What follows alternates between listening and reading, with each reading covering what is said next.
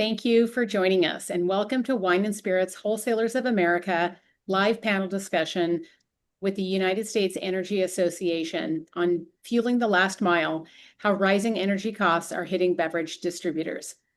I'm Christy Moran, Senior Vice President here at Wine and Spirits Wholesalers of America, and welcome to today's discussion.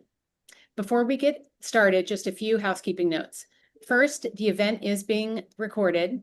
We'll provide the link to the recording on our website, and we'll reserve time for audience questions following the panel discussion. Please submit questions throughout the presentation using the Q&A feature or on the chat box. Now let's get started. Today, we are joined by industry experts who will discuss why rising energy costs matter to the beverage alcohol supply chain. Specifically, how fuel volatility, grid reliability, infrastructure policy, and fleet realities are affecting distributors across the country. I am pleased to introduce WSWA President and CEO Francis Creighton, along with the Honorable Mark Menzies, President and CEO of the U.S. Energy Association. Together, they will lead a conversation on why energy costs matter to the beverage alcohol supply chain. With that, Francis and Mark, take it away. Great. Christy, thank you so much. And thank you for your leadership here at WSWA. In a relatively short time, you've really taken on so many great things, and we're so appreciative for all the work that you do. And Mark, thank you so much for joining us here today.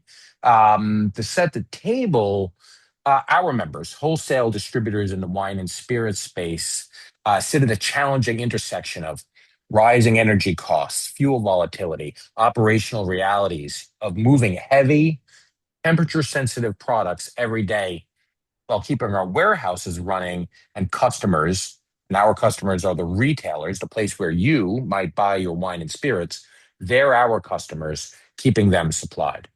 That challenge looks different depending on the distributor. Those with their own fleets of trucks have more options to manage fuel costs, while those relying on third-party carriers often have less control and more exposure to fuel surcharges. And it goes beyond fuel, of course, right? Warehouses need reliable climate control for temperature-sensitive products, and high-volume facilities depend on conveyor and handling systems. And together, these costs add up quickly. So, Mark, you bring deep experience on energy policy as president and CEO of the U.S. Energy Association, but also as the former deputy secretary of the U.S. Department of Energy. So, with that perspective, let me kind of dive in and ask you, with everything going on in Iran right now, what's your honest outlook on when or whether gas prices come down for commercial operators like our distributors? Well, first, thank you, Christy, for the introduction. Thank you, Francis, really for the invitation. I'm looking forward to this discussion. And to be sure, everyone cares about the prices of our transportation fuel. So it's a frequent question that we get typically many times during the year, and particularly in light of what's been going on in the Middle East. So I checked, before we got on the air. So, from an April 7th peak of 113 dollars per barrel, a WTI is down almost 38% to $70, give or take, which is, a good place to be in. However, the average price of gasoline, which peaked at $4.56 per gallon on May 20th, has only fallen 15%, and diesel, which peaked on April 8th, at $5.68 per gallon, it's declined only 14.5%. So what you have is a big divergence between the retail and, of course, the wholesale pricing. You would expect, that to come down considerably. However, I like to explain to listeners what goes into making up the price of gasoline and diesel. And so crude oil for gasoline makes up about 57 to 60% of the price of a gallon of gasoline.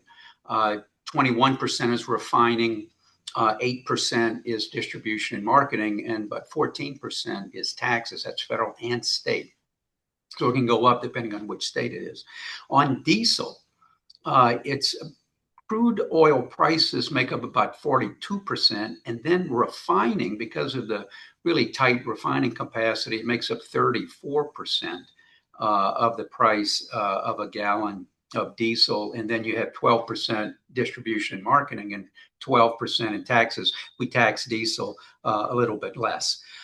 So when you focus now on diesel, principally for your distributors, you have to take into account now several changes in the market.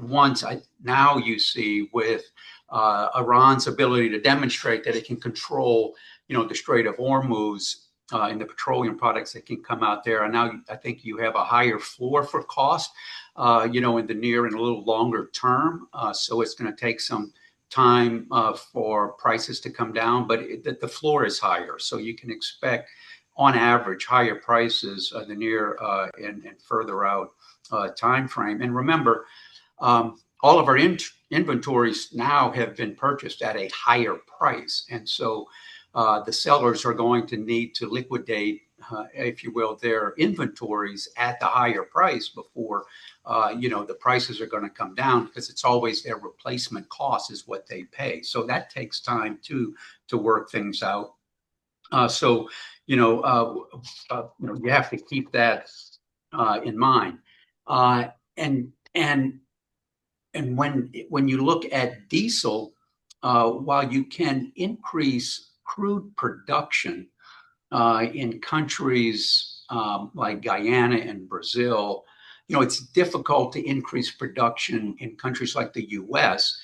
Because our refining system operates at such efficiency that we don't have available capacity simply waiting to be increased if there's some geopolitical event. So it's going to take some time for it to go down. So I wouldn't expect your members should not expect a quick price collapse that follows the crude prices for the reasons I mentioned. So we'll talk about some of the ways that they may be able to help minimize the price increases. Yeah, I guess one of the issues that we've always had is that prices are always sticky going downwards, right?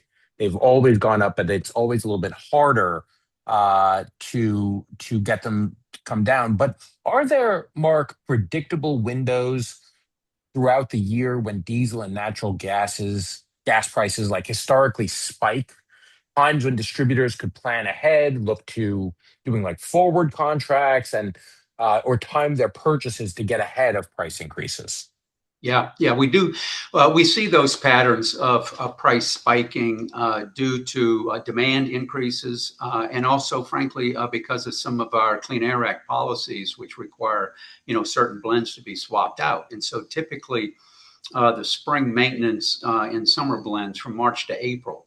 So refineries, typically have to reduce the production of the capacity during these months, really to swap out the blends, switch over to these EPA mandated fuels. We see that, of course, on the demand side, summer driving, right? So we typically see from May to August, high prices there. Don't forget our hurricane season, typically in the fall, again, August to October. There's always, not always, but frequently, there's those increases.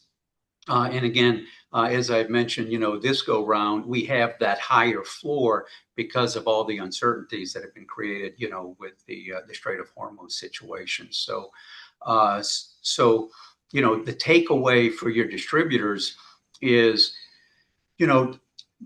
certainly don't do it in April or October, right? When you have these traditional spiking markets. Look typically for the windows in January, February, or midsummer, when the demand sort of flatten out, and that's where you can get to average out your prices.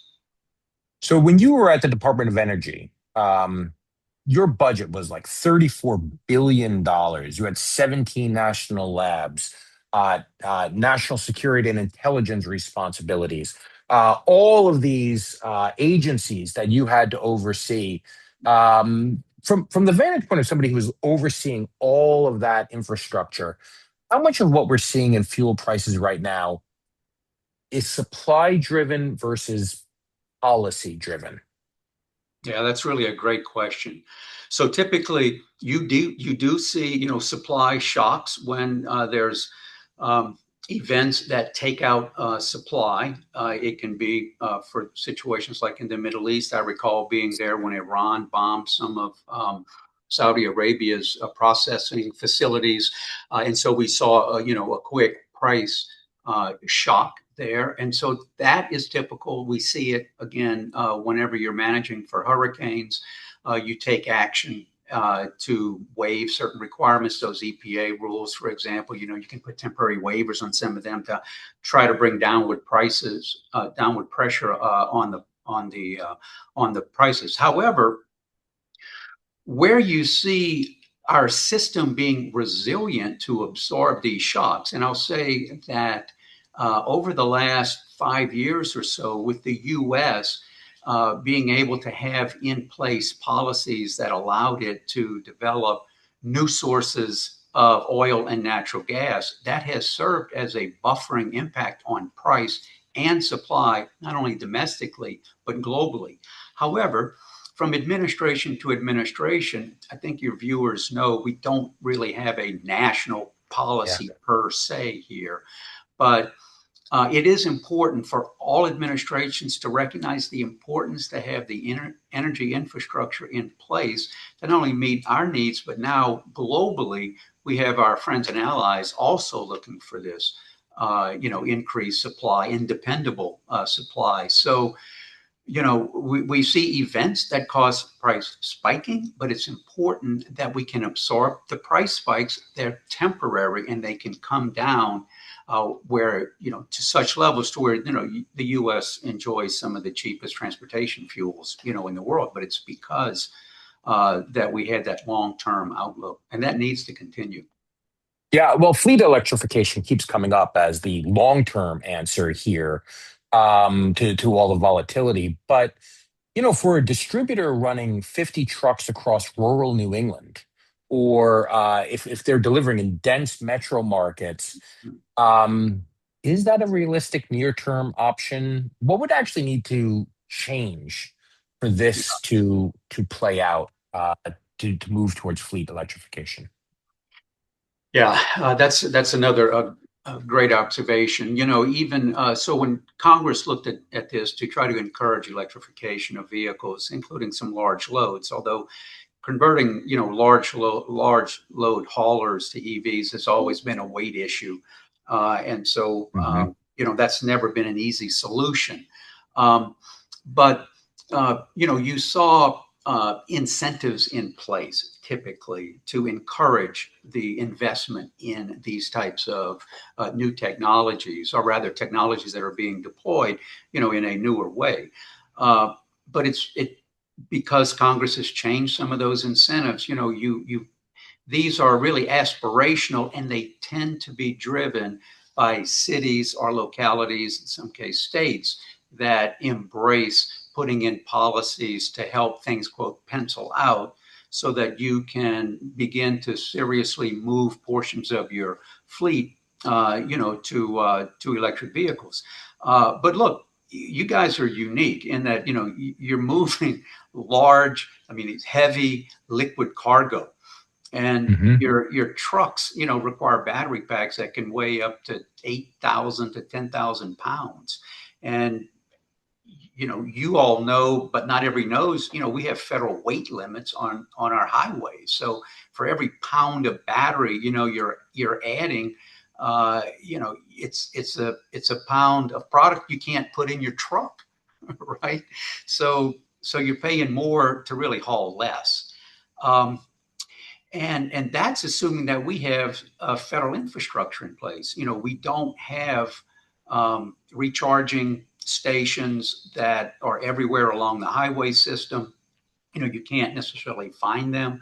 So, you have that drawback. And then in places where you do have them, you may have 50 or so delivery trucks trying to fast charge simultaneously, well, then you're requiring power draws of really significant amounts. So, you probably, when we look at this issue of our members and trying to improve the current status, a couple of things that our members focus on. The battery energy density must double, right? I mean, that's like the goal that we have on a technological scale. As I mentioned, we need to cooperate more with those willing states, with the localities, and with the cities to be able to get in place these charging facilities and to make make it more readily available in industrial parks. But then the capital cost, we really need to. For Congress to put incentives in place instead of mandating this, you really need to figure out a way to, in addition to tax costs, but maybe some expensing and amortization and other ways to go about to really reduce, the cost per unit of converting these trucks to EVs. Our colleague Elena put into the chat that if you have any questions, go ahead and drop it in, and we'll make sure we save some time for that. But Mark, I've been asking you a lot of questions. Do you have any questions for me and about our industry and how our industry works? Well, Francis, I do actually, and thanks for the opportunity. This event description mentions compounding squeeze your members are facing, and it's you have fuel costs that are hitting them hard. They can't just pass these expenses down the line to local restaurants and retailers, or consumers. What is it about this middle tier business model that makes absorbing these volatile fuel costs so difficult right now? And how do you see that playing out on the ground? Yeah, the wholesale tier in wine and spirits is different from a lot of other businesses because our products are regulated very differently from almost every other consumer product out there. So we're all state regulated, right? So every state has their own alcohol rules.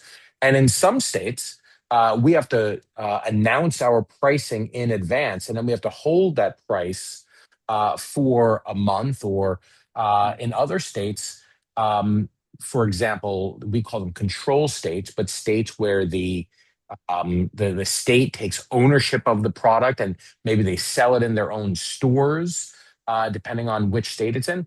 And our members are actually putting the products on the truck, and we get a flat fee for that, right? So we don't have the ability to go out and just increase the price out there. So state law really governs how all of this is done, and different state laws don't do it. But we also have a market reality, which is that the wine and spirits industry right now isn't the healthiest it's ever been.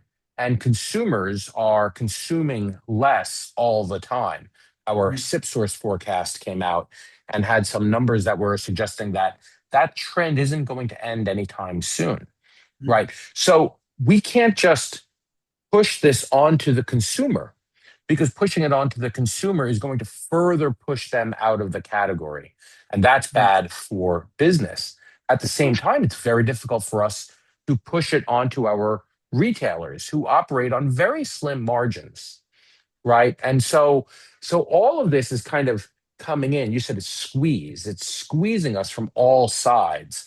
And that really makes it a little bit more complicated than a lot of other consumer products where people have more options and more ability to absorb some slack inside the entire system. It's a little complicated for us. Francis, you and I are in Washington, and in Washington, we talk about, the bigger picture of like moving toward, cleaner alternative fuel vehicles. But as you had mentioned, your fleet realities are unique, and you're talking about these big, heavy trucks that make constant stops throughout the day.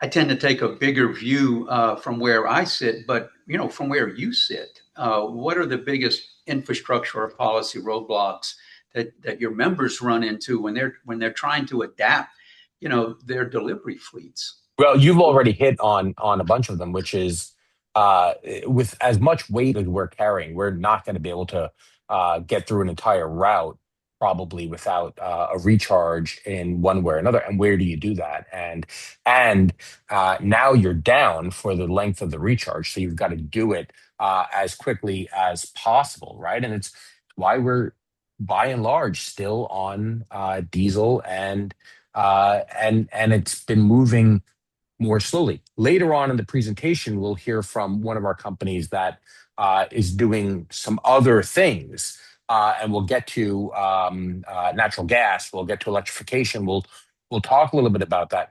But really, I mean, the question is, if you're delivering in from Little Rock and you're going out to the end of the state onto the Tennessee border, well, that's a long way to go. And you need a dependable fuel source and know that you're going to be able to be out of service for a very short period of time before you can get back out delivering product. Yeah, and in your business, we think delivery vehicles, we think logistics, but you mentioned, electrification. I mean, you have warehouses that depend on electrification. You have vehicles that are depending on electrification. You have processes that depend on electrification. Um, uh, how are these commercial power rates? We've seen these Yeah. increase in cost over time, in part because of increased demand, but also because, over time, it's just gotten more expensive to produce electricity and to provide it out on the grid. So, how do you see the electricity side of the equation impacting? I mean, we talked about transportation, but what about, your warehouse operations? Yeah, but most of our members have done a lot of the kind of clean energy enhancements that the country's been talking about for the last 20 years. Uh, Not because they're particularly green in what they're doing, but because it was smart business, right? Because they were able to reduce costs by moving to electrified, where it made sense, electrified forklifts and other systems inside the building. But that depends on a stable and a reasonably priced electricity market, right? And as we keep moving towards electrification, the rise in these data centers that we've heard so much about and all of that, and taking off some really important base load power generation across the country, right? If you think about it in the Northeast, the loss of one of the Millstone units in Connecticut, the loss of Indian Point in upstate New York, or what I think of upstate New York, I think it's in Westchester. These are big losses of baseload power, right? And so and price per kilowatt hour that's actually super low once you get through all of the investment stuff. And we're like losing a lot of that power right now, and that's leading not just to a change in the cost structure, but a reliability issue. We'll hear a little bit more about that in the New York market, for example. But we have to keep our warehouses reasonably temperature controlled, particularly for our high value products, some high value wines and other things. We can't let them just bake in the sun. Now, a lot of companies have moved to solar on the roof, which has been helpful and which adds to it. But it's never going to be a replacement for an affordable, reliable electricity grid that can provide that power all day long. We're a little bit lucky in that our highest electricity costs are happening at night. And we're, of course, a little bit more reliable at night because the power demand is so low at night. But we're loading our trucks when it's dark out, which is a nice situation we're in. Well, thank you, Francis. No, it's okay. Christy, I think we're turning back to you now. Yes, thank you. Thank you both, first of all, so much. What a terrific conversation. Really great insights for a lot of folks joining the presentation. I do see that there are already a few questions, which hopefully will be addressed in the next portion, but allow me to I think they introduce will. our panelists. First, welcome Dana Brody, who is Vice President of Operations and Technology for MS Walker. And next, welcome Alex Berkson, who is Executive Vice President for Manhattan Beer and Beverage Distributors and New York Wine and Spirits. Thank you both so much for being here today. Yeah, Dana, Alex, Francis, I'll welcome. turn it back over to Good to you. see you both, and thanks for being here. Um, we have folks on this call from all of our industries, right? And so let me start with a kind of baseline question: how a wholesaler's energy footprint differs from a producer's or a retailer's. So, Dana, when you look at your total energy spend at MS Walker, how does it break down across fleet fuel, warehouse electricity, other uses? Does that breakdown surprise people outside the industry who assume that fuel's all of it? And how does that kind of look different from a producer or a retailer? Great question. And I think what makes us a little bit unique is we're both the manufacturer and we're the distributor. So we see it on both sides of the equation. I think it's a little bit shocking because people always assume that fuel is the biggest driver of electrical spend or energy spend in general. But I think we're more of a 60-40 split, 60% on the electrical and energy side that doesn't encompass, diesel fuel. To run our bottling facilities, for example, you require electrical spend on a consistent basis. We were very fortunate enough that we were able to engage in a solar panel project when we built that facility from the ground up. So we reaped the benefits with a 20% reduction in our total energy spend as a result to operate that plant. But then when we look at, let's say, our distribution headquarters in Norwood, Massachusetts, we face different challenges there, primarily because we're municipalities. So we're restricted in the ways in which we can get rebates or the government to pitch in to incentivize us to put in, solar to fund those. So it is super critical that we oversee the use of our spend, especially on the electrical side, and look at opportunities that we can do to drive those costs lower. But I think the net result is you have really two cost structures that you're dealing with. One is fuel, which is a volatile commodity that changes every single day. And one is really that electrical spend that I think you have a more steady understanding of how you utilize. And then you can come up with opportunities in which you can try to reduce, whether it's like you said, join your responsive demand programs and look at opportunities to operate in off hours, which happen to be conducive within our industry. Right. Thank you for that. And Alex, so same thing. I'd love to hear from your perspective how our footprint differs from a producers or retailers. At Manhattan Beer, New York Wine and Spirits, how do you see that issue? Yeah, so we are definitely driven more towards the fuel and fleet side for our needs, although, and you touched on it in your remarks earlier, right? The growth of our energy costs are really coming more from the electrification side of our business and our facilities than it is from the fleet and fuel side.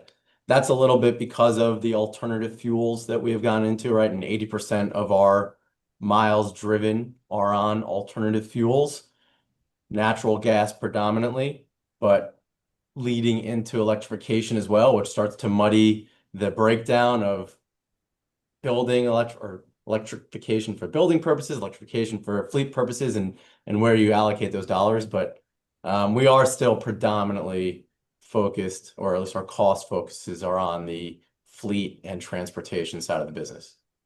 Alex, we actually have a question from one of our viewers asking the probability of having our trucks in our business run on natural gas. And I think the critical question, how many miles can a truck go on a full tank of natural gas? There's no difference that we've seen between a diesel tank and a natural gas tank as far as the range goes.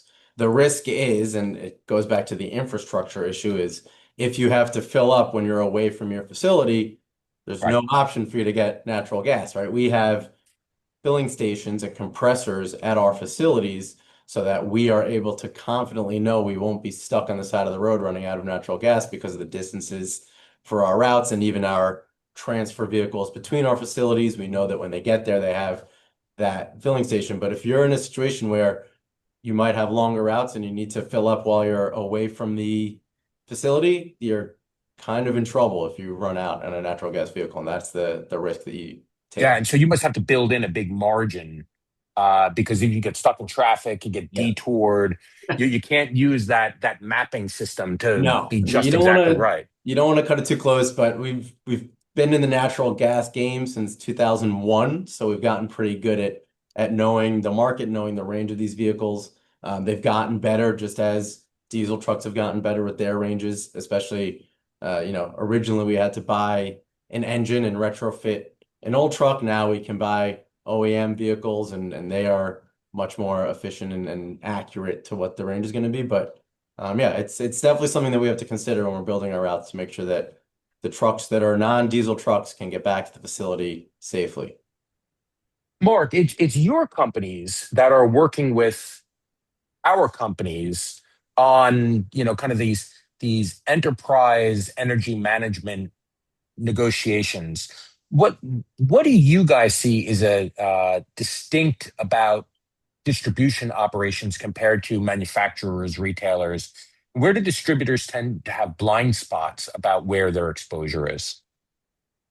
Yeah, and your members, have sort of mentioned some of these things.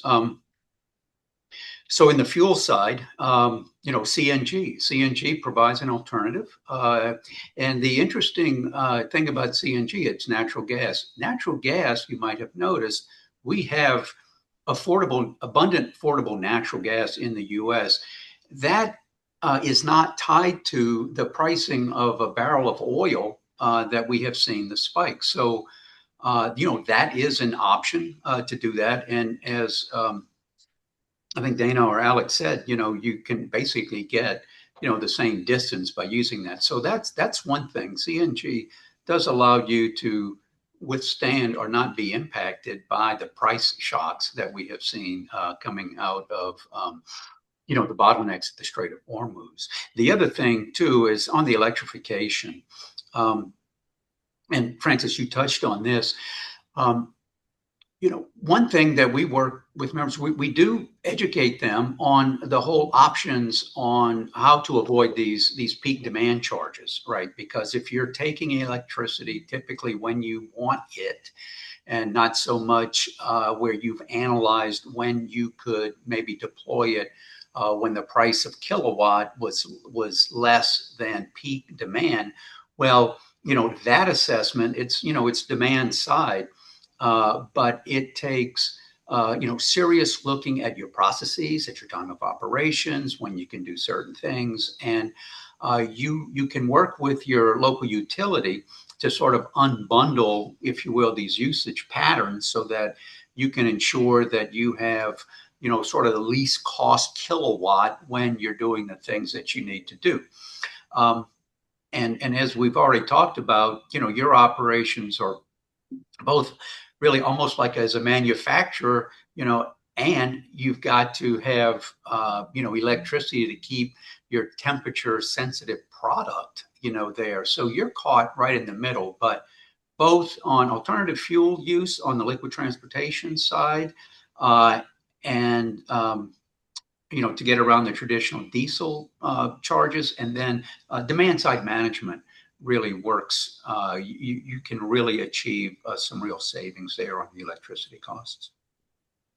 Let me move a little bit to kind of fleet ownership and cost control. Dana, you guys up at MS Walker, you run owned fleets in some of your markets, and you rely on third-party carriers in some of your markets.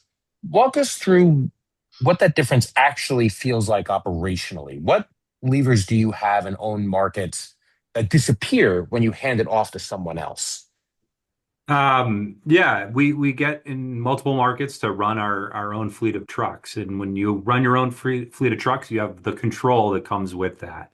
So, immediately off the bat, you have opportunities to buy your fuel in a multitude of different fashions. We both had underground storage tanks at previous facilities. Today we operate with on-site fueling where they, send trucks on site daily to fuel on, and it's a real static equation there. We buy, the wholesale rate based off of the Northeast average, and then we have a margin that we negotiate, and we have, we rely on the volatility of the market to look at the swings, but it's predictable in the sense that we know what our margin is plus the, wholesale rate. So we spend a lot of time, energy, and effort in our own markets focusing on, stops per truck in our routes, and, can we run reporting on idling, and what other tools do we have at our disposal to control the fuel in which we burn.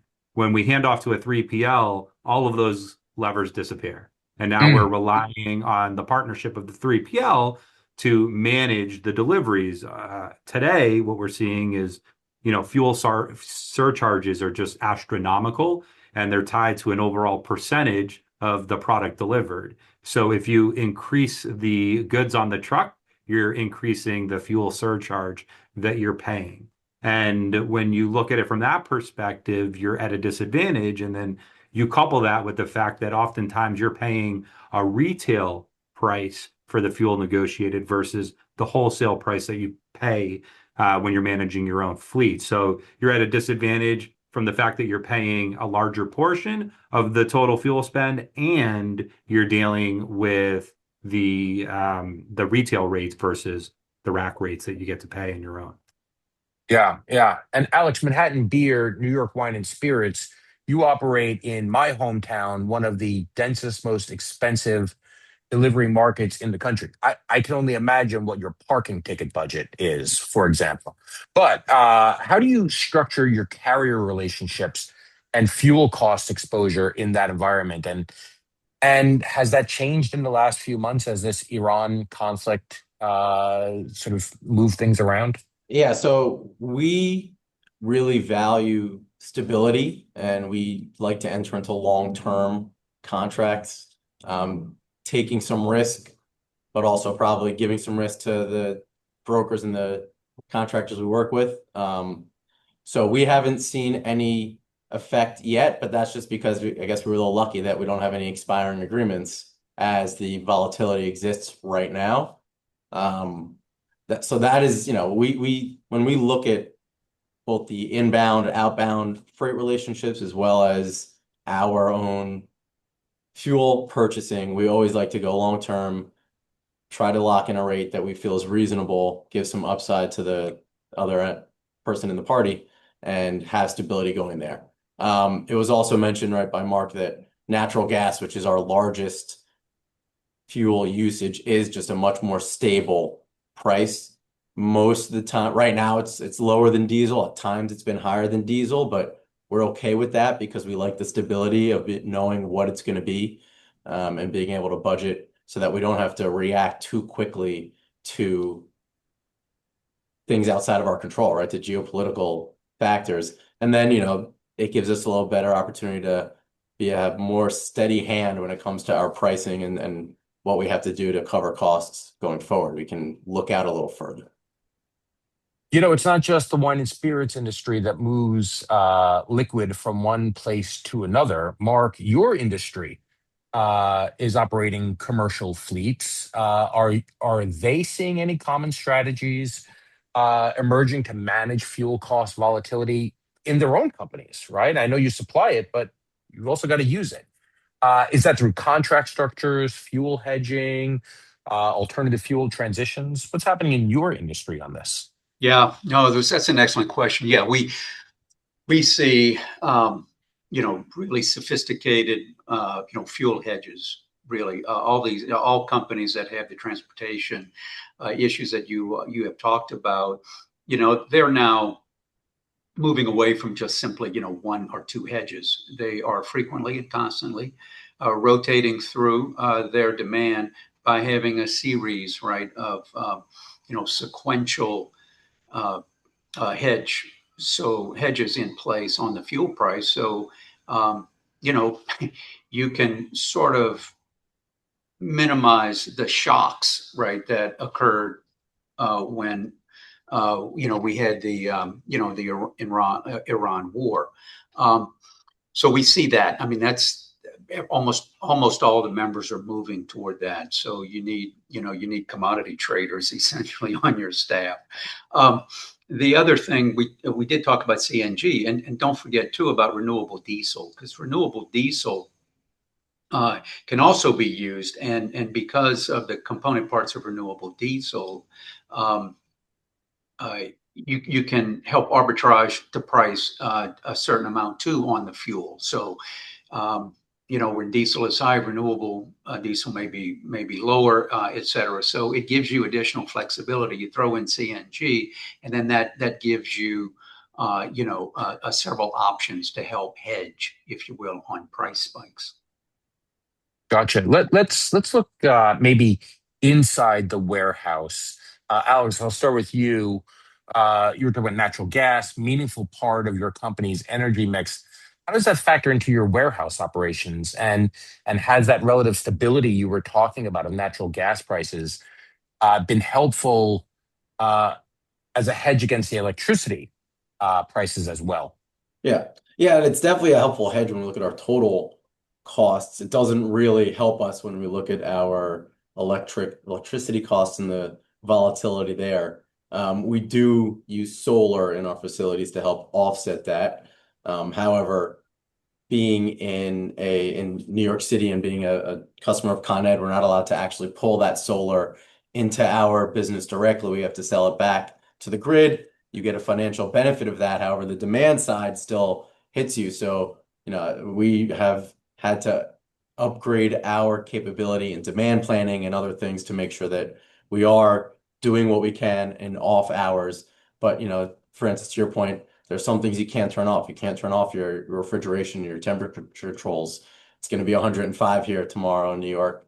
You can't just say, I'll hold that off until Right. later in the day. That's going to be what it's going to be. But there are other things, right? You charge the trucks that night. You obviously push as much other things as you can into later in the day. Naturally, like you mentioned, our fulfillment side is later in the day. So you do what you can.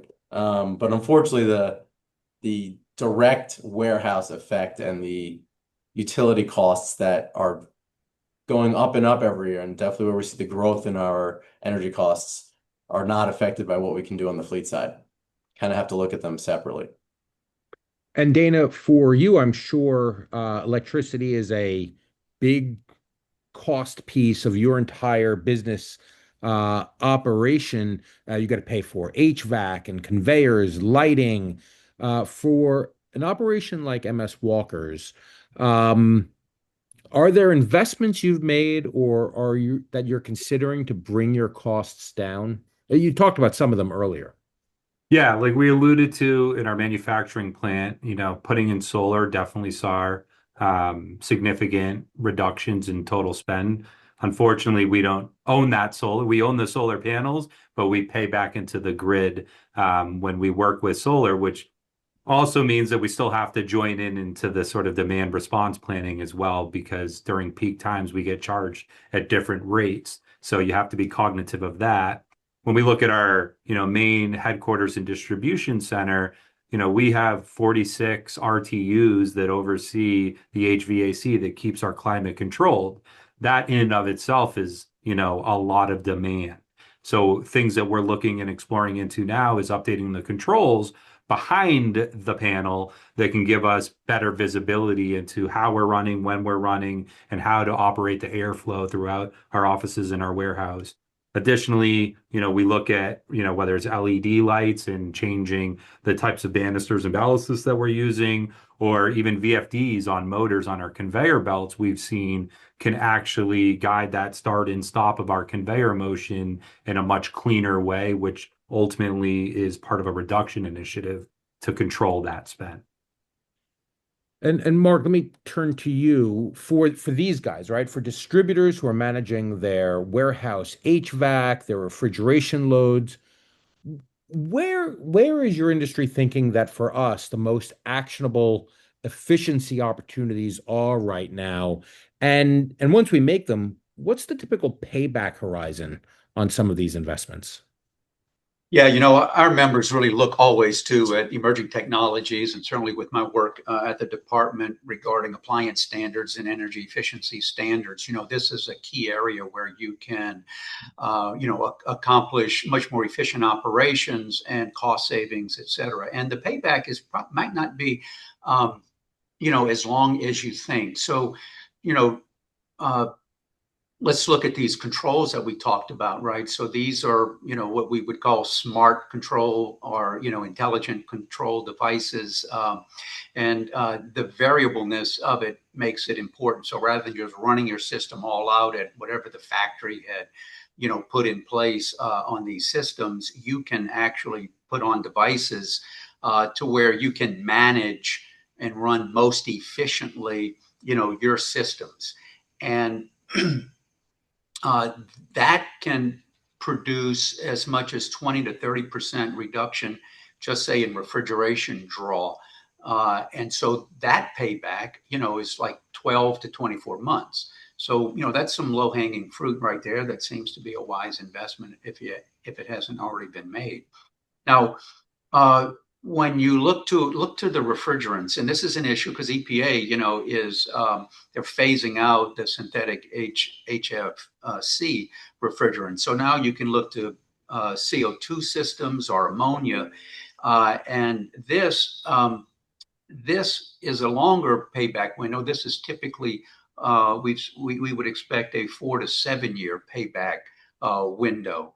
So those are some of the things that your members can put. These are newer technologies. They can increase efficiencies and ultimately lower the price, but still perform at the high level that you need them. And I think Dana or Alex mentioned the LED lighting. Of course, that helps. And LED lights, they're actually cooler than regular lights. So you're using your light, but at a lower temperature. So that's another benefit for LED. And that utilities offer rebates for switching over. And so typically 18 months might be a payback period to expect. Mark, we here at WSWA, our main job is advocacy, right? Where we're here in Washington and we work with policymakers mainly on issues that are really specific to the beverage alcohol ecosystem, right? And we don't really think of ourselves as energy policy stakeholders. But given that, we probably should be paying more attention to this. And maybe you can tell us a little bit about where there's an opportunity for us to influence some outcomes on the policy side. What should this group be thinking about in terms of policy? Well, thank you, Francis. That's really a great question. So in the energy space now, the big issue that you hear about in Washington is, well, we've got to improve our permitting process. Now, this is permitting for all types of infrastructure. Of course, the energy industry is very much interested in permitting reform. Now, what does that permitting reform look like? It can be almost anything as long as it saves the time and it removes hurdles for permits for projects to get their permits. This is not about weakening of standards. It simply is trying to make sure that we can get permits in a reasonable time. And our studies have shown here at USEA that if policymakers can figure out a way to shave off any period of time on energy infrastructure. It could be renewable projects, it could be natural gas, it can be interstate pipelines, it can be interstate electric lines, it can be power generation. If you can shave off time, you will ultimately save consumers money. It's all about the price. For every month or week it takes to get a permit, you add cost onto consumers. So that's one thing.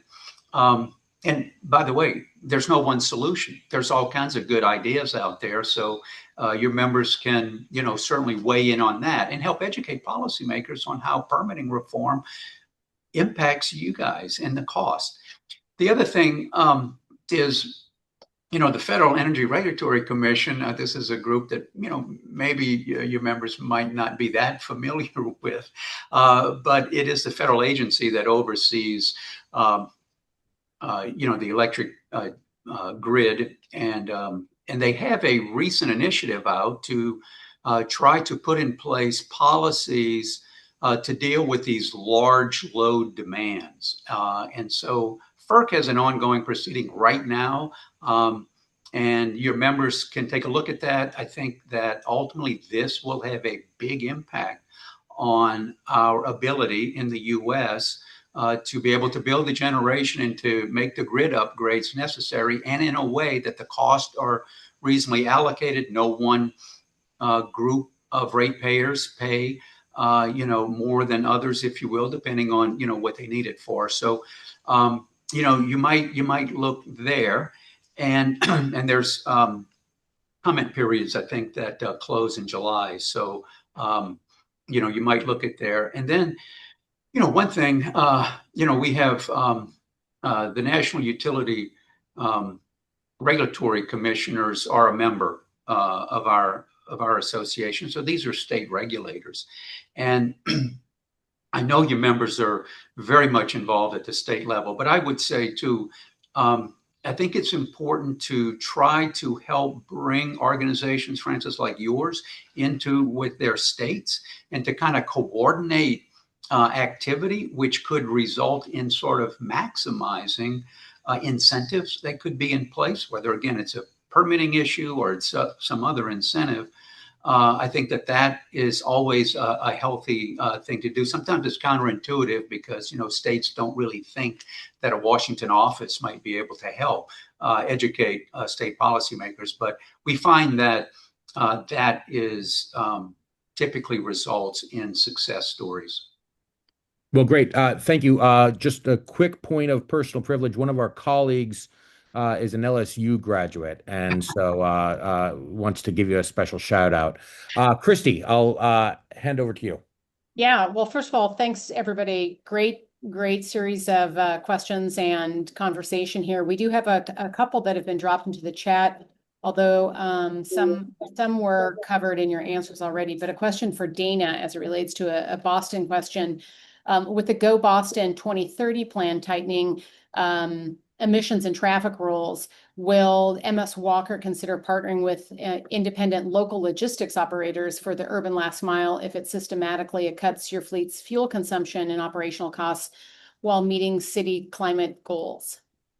The answer would be, it would be great to be able to partner. However, we do have CBA agreements with unions within that market, which give them the sort of distribution rights to help support us with our deliveries. So we're always willing to look at opportunities. But I think for us, the opportunities for Go Boston 2030 are more going to be within our own fleet, with our own delivery team, and how we can reduce the dependency and on fuel from that perspective.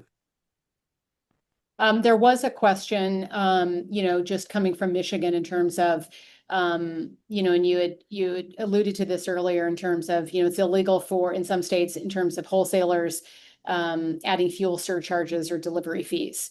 Either of you want to address that as it relates? Only to say that we don't talk about pricing at the trade association because that's verboten. But this is the law, right? The law says that they can't do it in that state, and it illustrates that every state has its own rules. And then how about I'm sorry. I was going to say, I could share a funny story one time where we had a consumer try to charge a fee for us for, bringing our trucks. When we would institute a fuel surcharge, they would institute a different charge in response. But I think it's uniquely, like Francis said, within the market. It very much depends on the rules and regulations within the market, and how you want as an enterprise to run your organization, and whether you choose to pass that down to your retailer or not. My general counsel, I think, will be happy that we handled it this way. And then lastly, just looking, circling back on investments, whether it's hydrogen, is there, opportunities for hydrogen, or on, just, internal at the operational level, whether it's, automation or other investments you're making in terms of technology that might be able to address some energy consumption issues. Yeah, Mark, fuel cells powered the moonshot, right? And yet they've fallen off the radar. That's right. No, liquid hydrogen can get us to places, that we want to go in outer space. There has been a long line of development in trying to bring hydrogen fuel cells not only to regular automobiles, but also the heavy trucking. It was something Congress had recognized. The incentives there to try to develop the demand for hydrogen and to put hydrogen on these long haul trucks. Congress sort of pulled back on some of the hydrogen incentives, but there's still, plenty. What we see is, this kind of goes to, you got to go where the states are willing to do this. So California, probably is the state that embraces most of the hydrogen fuel cells, for example, with their requirements. So we continue to see breakthrough technologies in this. The idea here, why hydrogen on your trucks? It's because, for the reasons we said, batteries are heavy. Batteries are heavy. And for every pound of battery you have to carry, it's one less pound of product, essentially. So hydrogen looked is to be a real potential driver on hydrogen for transportation fuels here. So that remains, I think, sort of within reach. I think you will see it continue to develop. And I'm reasonably optimistic that ultimately hydrogen, will be able to be a fuel of choice for these long haul carriers. Mark, I mean, one of the things about liquid fuel is that as you consume it, it weighs less, right? I mean, it's literally consumed. Get more and more efficient. Right, right. These batteries weigh the same, whether they're fully charged or they're not charged. Exactly. Right. Yeah. Yeah. Now, maybe when you pull into a recharging station, your weight, won't change by adding the electrons to the battery. Right. Right. But you're right. You don't achieve any less weight as you deplete the battery charge. And also, by the way, aren't there issues with climate, different times of year and your range, right? So if you're in New York City, the way, Alex, do you have to change your routing or anything in the winter? So we don't change the routing as much. It's more about that buffer that we build in when we're building the routes for the electric trucks. But you absolutely see better range, and it's not even just hot or cold. There's kind of a sweet spot around that 60 to 80 degrees. Below that, above that, not as efficient for the battery. And, even the wind that day could have an impact on your battery retention. There's a lot of factors that you can't even get into calculating. You just have to build that into your buffer of your range. And I know that from my personal car as well as the trucks that we've figured out. Terrific. Well, that concludes our portion of this great discussion. We really appreciate your expertise and your time. Alex and Dana, thank you so much. And to Mark, thank you for your time and expertise as well. And to everybody watching and for tuning in, we appreciate everybody's interest in this discussion. We will be doing more virtual discussions and panel programming. Please check back in on our website. And for our members, be sure to look out for other evites coming in your inbox and for our weekly newsletter, The Buzz. As always, thank you so much.